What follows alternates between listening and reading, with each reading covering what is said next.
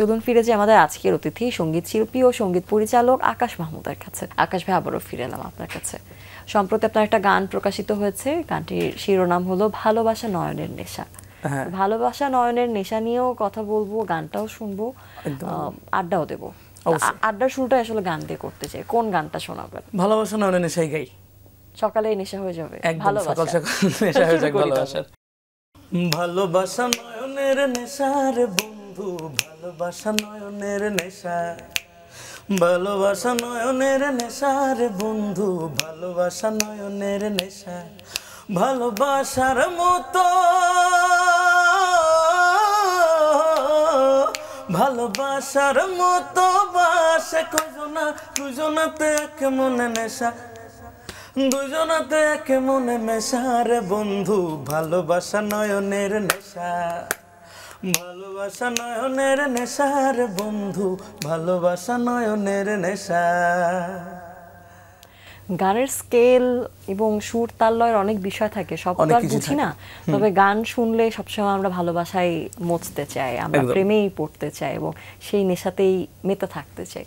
শুভকামনা থাকবে আপনার গানটির জন্য। ইতিমধ্যে লক্ষ লক্ষ অডিয়েন্স এই গানটি শুনেছে। এই গানটা আমি আসলে বাংলা বল স্টুডিও নামে একটা প্রোগ্রাম করি, সেখানে এই গানটা বাংলা বল স্টুডিও সিজন 2-তে গানটা করলাম, প্রথম গানই এটা, এবং আলহামদুলিল্লাহ বেশ সাড়া পাচ্ছি। আমি এবং লিজা গেয়েছি গানটা। এবং সাদা লিজার কথা বলছিলেন, সাদা লিজাকেও আমরা এই সেটে পেয়েছি, তার কাছ থেকেও আসলে এই গানটা শুনেছি। আপনাদের দুজনের কণ্ঠ একসাথে শুনতে পারলে আরো ভালো লাগতো। আশা করছি যে খুব শীঘ্রই আপনাদের কোনো একটা লাইভ শোতে দুজন একসাথে মিলেও আপনারা গানটি গাইবেন। একদম, অবশ্যই অবশ্যই। আর ওর সাথে কাজ করে বেশ ভালো লেগেছে, আর আমাদের দুজনের কেমিস্ট্রিটা দর্শক খুব ভালো নিয়েছে। সো যখন লাইভ হবে বা একসাথে পারফরমেন্স করবো তখন আরো ভালো লাগবে নিশ্চয়ই।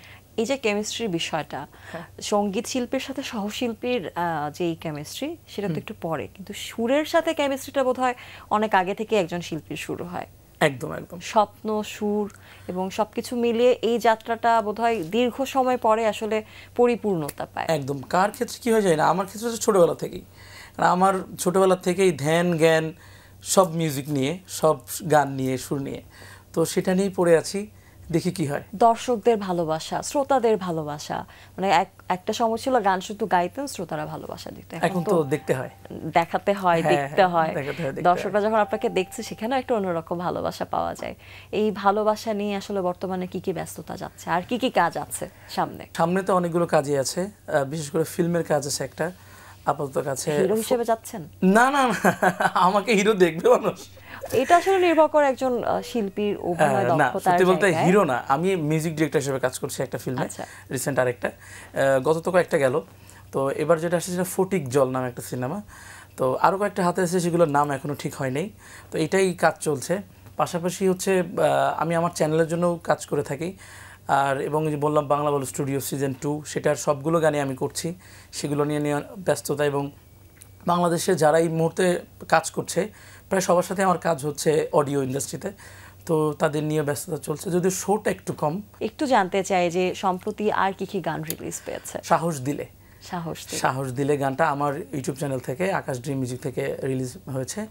গানটা লিখেছে আমার বড় ভাই আশিক মাহমুদ, গানটা সুর সঙ্গীত আয়োজন আমি এবং লিটা সরকার গানটা করেছি। এটারও বেশ ভালো সাড়া পাচ্ছি। সারা বলতে ভিউজ দিয়ে তো আসলে আমরা অনেক সময় সারাটা বিচার করি, এবং কমেন্ট সেকশানে দেখে, সেখানে থেকে তারপর টিকটক, প্রচুর টিকটক হচ্ছে, সব মিলাই মনে হচ্ছে যে গানটা সবার ভালো লাগছে। একটু জানতে চাই আকাশ ভাই, যে বর্তমান সময় যারা গান গাইছেন তরুণ শিল্পীরা, অনেক আশার বাণী যেমন আমরা পাই, আশার আলো যেমন আমরা দেখতেও পাই, তেমনি কিছু দুঃখ থাকেই, চাপা কষ্ট আমাদের থাকে। অনেকেই বলে থাকে যে সঙ্গীতকে কোনোভাবেই পেশা হিসেবে নেবার সুযোগ নেই। শুধুমাত্র সঙ্গীত নয়, কোনো আর্ট ফর্মকেই পেশা হিসেবে নেবার সুযোগ খুব একটা আমাদের দেশে নেই। সবাই বলে যে অন্য একটা প্রফেশন কন্টিনিউ করে তুমি গান গাও, তুমি উপস্থাপনা করো, তুমি অভিনয় করো, তুমি নাচো। আপনি একজন শিল্পী হিসেবে কি মনে করেন? সত্যি বলতে আমি তো ফুল টাইম প্রফেশনই আমার সঙ্গীত। তবে এটা ঠিক যে বাংলাদেশের প্রেক্ষাপটে শুধুমাত্র সঙ্গীতটাকে নিয়ে হয়তো অনেকে ওইভাবে সাহস করে না, বা গার্ডিয়ানরা ওইভাবে করে সাহস পায় না যে আমার ছেলেটা শুধুমাত্র মিউজিক করুক। তো এই ক্ষেত্রে আমি বলবো যে আমাদের বাংলাদেশের শিল্পীরা সব ক্ষেত্রে, শিল্পী মিউজিশিয়ানরা সব ক্ষেত্রে যে খুব বেশি সুবিধা পায় আসলে সেটা না। কিছু গুটি কয়েক মানুষ আছে যারা হয়তো বা করছে, কিন্তু যদি আমি মোস্ট অফ দ্য পিপলের কথা চিন্তা করি, যারা বেশিরভাগ মিউজিশিয়ান আছে তারা সবাই এই দিকে ভয় পায় যে শুধুমাত্র এটাকে প্রফেশন। যেমন আপনি দেখেন যারা এখন মিউজিশিয়ান আছে দেশের এই সিচুয়েশানটাতে একদম শো হচ্ছে না, তো কয়জন মিউজিশিয়ান আছে যারা ঢাকাতে টেলিভিশনে শো করে টিকছে? বাকি যারা মিউজিশিয়ান আছে যাদের আমাদের মানে কি বলবো জেলা পর্যায়ে যারা আছেন তাদের অবস্থা কিন্তু খুবই করুণ এই মুহূর্তে। তো এই চিন্তা করলে সত্যি ঠিক যে মিউজিকটাকে এইভাবে করে প্রফেশন নেওয়াটা অনেকে সাহস পায় না আসলে। কিন্তু এর থেকে পরিত্রাণের উপায় আমাদের মনে হয় সরকার যদি কিছু করে মিউজিশিয়ানদের নিয়ে, কারণ আমার মনে হয় বাংলাদেশে দেখেন যত প্রফেশন আছে। কেন মিউজিশিয়ানদের কথা বলছেন? অন্য আর্ট ফর্ম নিয়েও তো বলা উচিত। হ্যাঁ অবশ্যই, আপনার দায়বদ্ধতা তো সবার জন্য থাকে, সবটারই দায়বদ্ধতা আছে, বাট আমি একজন মিউজিশিয়ান হিসাবে মিউজিশিয়ানের টাইম প্রতিনিধিত্ব করছি। এবং বুঝে নিতে হবে মিউজিকটা তো শুধু মানে আর্ট তো শুধু মিউজিক না, সব সেক্টরে আসলে আর্ট। তো টোটাল যে আর্ট সেকশনটা আছে আমাদের প্রত্যেকের ক্ষেত্রেই কিন্তু অবস্থাটা এরকম। তো আমার মনে হয় যে আর্ট ব্যাপারটা আল্লাহ মানে উপর আল্লাহ প্রদত্ত। একজন চাইলে একটা কিছু হতে পারে, কিন্তু চাইলে একজন মিউজিশিয়ান, চাইলে একজন নৃত্যশিল্পী, চাইলে একজন চিত্রশিল্পী হতে পারবে না। তো এক্ষেত্রে এটা আমার মনে হয় একটু এক্সেপশনাল হয়ে থাকে, এবং এই আর্টের যারা লোক তাদেরকে আমার মনে হয় একটু অন্যভাবে দেখা উচিত। সেই জায়গা থেকে সরকারেরও উচিত এবং আমাদের সবারই উচিত এমন একটা সিস্টেম করা যেন এই দিকে মানুষ ফুল টাইম মানে চিন্তা মানে তাদের ডেডিকেশন দিতে পারে। তো যখন একটা মানুষ তার দিন রাত এক করে ফেলছে এটার পেছনে, তখন সে অ্যাট দ্য সেম টাইম অন্য কাজ কিন্তু করতে পারছে না। তো আমার মনে হয় এইদিকে কিছু একটা ব্যবস্থা করা উচিত যাতে সে প্রপার কন্টিনিউ করতে পারে এটার দিকে।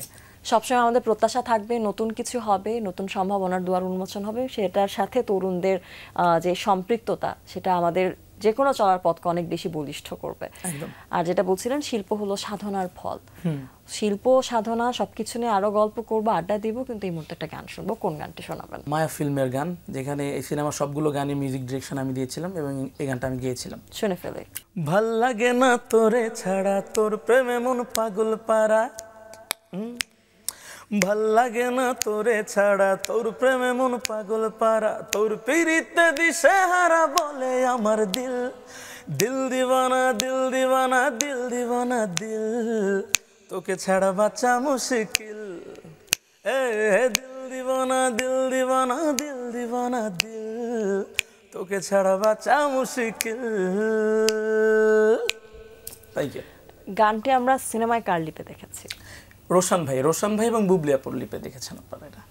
আচ্ছা, এই যে সিনেমায় গান গাওয়া, শিল্পী হিসেবে সবার স্বপ্নের জায়গা থেকে সঙ্গীত শিল্পীদের যে একদিন তার গান নায়িকা গাইবে বা নায়ক গাইবে, আপনার এই স্বপ্নটা ছিল ঠিক ছোটবেলা থেকে? যখন থেকে গানে মানে গান বুঝতে শিখেছি, গান গাইতে শিখেছি, তখন থেকেই স্বপ্ন যে কবে আমি প্লেব্যাক করব।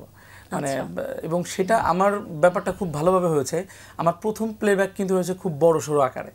প্রথম প্লেব্যাক হয়েছে বাংলাদেশের মেগা স্টার শাকিব খান ভাইয়ের লিপে। তো একজন মানে আমি একদম যখন প্রথম গান করছি, প্রথমবার প্লেব্যাকে এত বড় একজন মেগা স্টারের লিপে আমার গান যাচ্ছে, এটা আমার জন্য বিশাল ব্যাপার। তারপর কাজী হায়াত স্যারের হচ্ছে 50তম সিনেমা, এবং শওকত আলী ইমন ভাই আমি যাকে আইডল মানি, তার সঙ্গীত পরিচালনায় আমার শুরুটা হয়েছে। সো আমার শুরুটা আসলে খুব ভালো হয়েছে। তারপর থেকে আসলে আমি নিজে মিউজিক ডিরেকশনে যখন গেলাম, তখনও এই যেমন এই সিনেমাটা আমি টোটাল সিনেমার যে 5টা গান টোটালটাই আমার মিউজিক ডিরেকশনে হয়েছে। সো এখন এসে কিন্তু দেখা যায় না যে একজন মিউজিক ডিরেক্টর পুরো একটা সিনেমার মিউজিক ডিরেকশন দিচ্ছে। আমার মনে হয় অনেক দিন পরে সেটা আবার আমার মাধ্যমে হলো, কারণ আমি দেখেছি আলাউদ্দিন আলী স্যার শ্রদ্ধেয়, তারপর আলম খান স্যার, তারপর শওকত আলী ইমন স্যার, ইমতিয়াজ বুলবুল স্যার, এরা যেটা করতেন যে একজন সিনেমাতে একজনই ডিরেক্টর, একজনই মিউজিক ডিরেক্টর। পরে এসে যেটা হচ্ছিল যে একটা সিনেমাতে হয়তো 4জন 3জন করে মিউজিক ডিরেক্টর থাকতো। তো এতদিন পরে এসে মনে হয় যে আমার হাত দিয়ে আবার শুরু হলো। একটা দীর্ঘ পথেই আসলে আপনি হাঁটছেন, যেহেতু ছোটবেলা থেকে গান করছেন। এই ছোটবেলা থেকে গান করতে করতে প্রাপ্তির জায়গা তো অবশ্যই দর্শক শ্রোতাদের ভালোবাসা। তো অনেক বাধাও তো থাকে জীবনে, অনেক চ্যালেঞ্জ মোকাবেলা করে আসলে আগাতে হয়। একটু যদি বলতেন আপনার জীবনের চ্যালেঞ্জগুলো কেমন ছিল, সেগুলো কিভাবে উতরে পর্যন্ত এসেছেন? আপনার কাছ থেকে হয়তো তরুণরা অনেক ইন্সপিরেশন পেত। আমার কিছু সাপোর্টটা অনেক বেশি ছিল। আমার আব্বু প্রাইমারি স্কুলের টিচার, সে আমার মানে এই আকাশ মাহমুদ আমি যে এখানে বসে কথা বলছি এর পেছনে আমার মনে হয় পুরো ক্রেডিট আমার আব্বুর, এবং আব্বু এত সাপোর্ট করেছে কোথায় প্রোগ্রাম হয়ে গেছে আব্বু নিয়ে বেড়াইছে। বাবা কি গান করতেন? না, বাবা প্রাইমারি স্কুলের টিচার, কিন্তু সে খুব পছন্দ করতেন। আমার শুরুটা হয়েছে আমার দাদু আমাকে হারমোনিয়াম কিনে দিয়েছে, হ্যাঁ। তারপর আব্বু এটাকে মানে আগাই নিয়ে গেছে, কোথায় যেতে হবে, কিভাবে আমার ছেলেটা একটু গানের মধ্যে যাবে। দাদা যে হারমোনিয়াম কিনে দিয়েছিল, দাদা কি গান আপনার শিল্পী হওয়া পর্যন্ত আপনাকে দেখেছে? আমার দাদা আসলে 1 বছর হলো মারা গেছেন। আচ্ছা আচ্ছা। সো আমার দাদা আমার অনেকখানি দেখে গেছেন, আমার সফলতা বলেন বা আমার গানের যেটাই বলেন অনেকখানি দাদা দেখে গেছেন, রাইট, অনেকখানি দেখে গেছেন। যেটা বলছিলাম যে আমার আব্বুর খুব সাপোর্ট ছিল, ফ্যামিলিগত খুব সাপোর্ট ছিল। তবে চ্যালেঞ্জ যেটা ছিল সেটা হচ্ছে আমি ফরিদপুর থেকে গান করতাম, ফরিদপুর থেকে ওইখানে সেভাবে করে শেখার সুযোগটা আসলে আমার হয়নি। তো গান যে প্রাতিষ্ঠানিক যে শিক্ষাটা থাকে সেইভাবে করে আমার হয়ে ওঠে নাই। আর ওই সময় আমি যখন কাজ করতাম তখন গ্রামে কারেন্টও সেভাবে ছিল না, ইলেকট্রিসিটি ছিল না। তো একটা গান আমি শিখবো, আমার যেহেতু কোনো টিচার নাই, আবার গান শিখতে হলে আমাকে তো গান শুনতে হবে। তখন তো আর এইভাবে করে নেট ছিল না, ইউটিউব ছিল না যে খুললে একটা গান পেয়ে যাচ্ছি, এখন তো ফোনে পাচ্ছি, এই সুবিধা তো তখন ছিল না। তো চ্যালেঞ্জ বলতে এটাই যে আমার ইলেকট্রিসিটি যেহেতু ছিল না তখন, কারেন্ট মানে গান কিভাবে মানে আমি পাবো সেটা একটা ব্যাপার। আর তাছাড়া আমার যেহেতু শেখার সেরকম সুযোগ ছিল না, এইটাই চ্যালেঞ্জ। বাট আমি এইটার থেকে আমি বলবো আমি আমার আব্বুর এবং আমার ফ্যামিলির সাপোর্টে আমি এটাকে ইনশাআল্লাহ ওভারকাম করার চেষ্টা করেছি। সহজ পথ কঠিন পথ সবকিছুকে মিলিয়ে আসলে আপনি আজকের এই অবস্থানে আসতে পেরেছেন, আকাশ মাহমুদ হয়ে উঠেছেন আপনার দর্শক শ্রোতাদের কাছে। অনেক শুভকামনা থাকবে আপনার জন্য। সুন্দর একটা আড্ডা ছিল। আপনার কণ্ঠে একটি গান শুনতে শুনতে বিদায় নেব, তার আগে দর্শকদের কাছ থেকে বিদায় নিয়ে আসি। প্রিয় দর্শক, এতক্ষণ কথা হচ্ছিল অতিথির সাথে, এবার সময় হলো বিদায় নেবার। আমাদের অনুষ্ঠান সম্পর্কে আপনার যে কোনো মতামত পরামর্শ জানাতে লিখুন এই ঠিকানায়।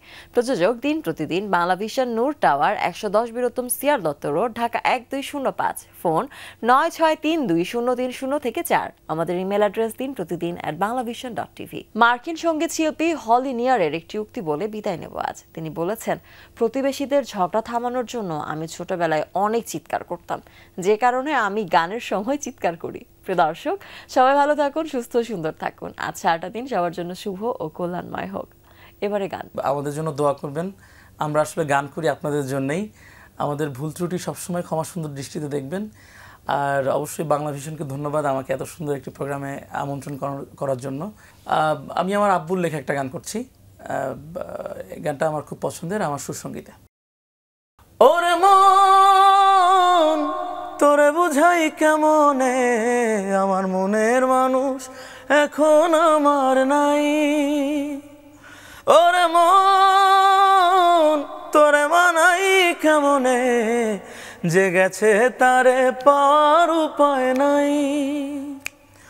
এই প্রেমের লাগি দুঃখের ভাগী হইলাম জীবনে, এই প্রেমের লাগি দুঃখের ভাগী হইলাম জীবনে। আমার অঙ্গ জলে অন্তর গলে প্রেমের কারণে, আমার অঙ্গ জলে অন্তর গলে প্রেমের কারণে, আমার অঙ্গ জলে অন্তর গলে প্রেমের কারণে, আমার অঙ্গ জলে অন্তর গলে প্রেমের কারণে।